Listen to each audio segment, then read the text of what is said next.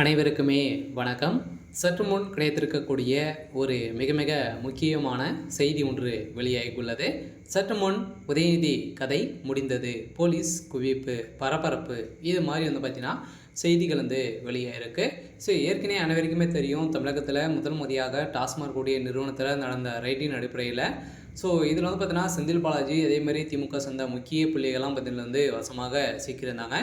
குறைந்தபட்சம் 1000 கோடிக்கு மேலே மெகா ஊழல் நடந்திருக்கு அப்படின்றத நிரூபணம் பண்ணி அமலாக்கத்துறை பார்த்தீங்கன்னா அதிரடியாக வழக்குப்பதிவு செஞ்சுருந்தாங்க. இந்த வழக்குப்பதிவின் அடிப்படையில் இப்போ அதிரடியாக மீண்டும் 2வது முறையாக நடந்த ரைட்டின் அடிப்படையில் இதில் பார்த்தீங்கன்னா டாஸ்மாக் நிறுவனத்தில் மேலாளராக இருந்த விசாகன் அவர்களும் அதேமாதிரி உதயநிதியுடைய நண்பர்கள் அனைவருமே பார்த்தீங்கன்னா இந்த வழக்கில் வசமாக சிக்கியிருந்தாங்க, கைது செய்யப்பட்டு இருந்தாங்க.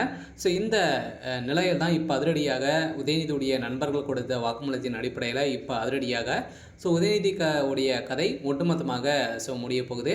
இதை பற்றி இந்த வீடியோவில் நம்ம முழுமையாக பார்க்கலாம். அதுக்கு முன்னாடி நம்ம சேனலுக்கு இப்போ தான் நீங்கள் முதல் முறையாக வந்திருக்கீங்க அப்படின்னா மறக்காமல் நம்மளுடைய சேனலை சப்ஸ்கிரைப் பண்ணி சப்போர்ட் பண்ணுங்கள். வாங்க வீடியோக்குள்ளே போகலாம். பார்த்தீங்கன்னா உதயநிதி ஸ்டாலின் அவர்கள் பார்த்தீங்கன்னா இப்போ துணை முதல்வராக இருக்கார். வருகின்ற சட்டமன்ற தேர்தலுக்காக பார்த்தீங்கன்னா திமுகவுடைய அரசு மீது நிறைய புகார்கள் எழுந்திருக்கக்கூடிய நிலையில் இந்த புகாரின் அடிப்படையில் இப்போ டாஸ்மாக் நிறுவனத்தில் நடந்த ரைடின் அடிப்படையில் இப்போ பார்த்தீங்கன்னா அதிரடியாக உதயநிதி மீது தான் இந்த வழக்குகள் மொத்தமே பாய்ந்திருக்கு.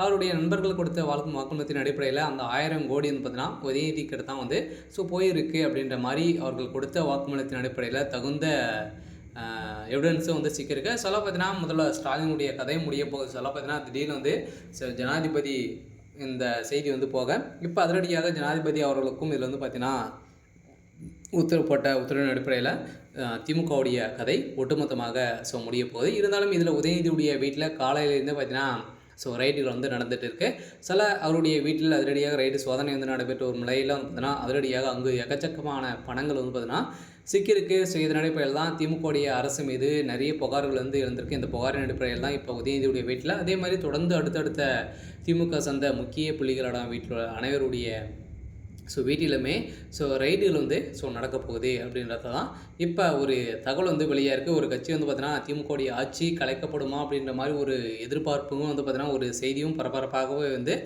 பேசப்பட்டு வந்திருக்கு. பார்த்தீங்கன்னா திமுக செய்யக்கூடிய அனைத்து ஊழல் பட்டியலும் பார்த்தீங்கன்னா இப்போ வெளிப்படையாக அண்ணாமலை அவர்கள் வெளியிட்ட சம்பவத்தின் அடிப்படையில் தான் இப்போ அதிரடியாக திமுகவில் ஒரு களைக்கட்டி வந்துருக்கு.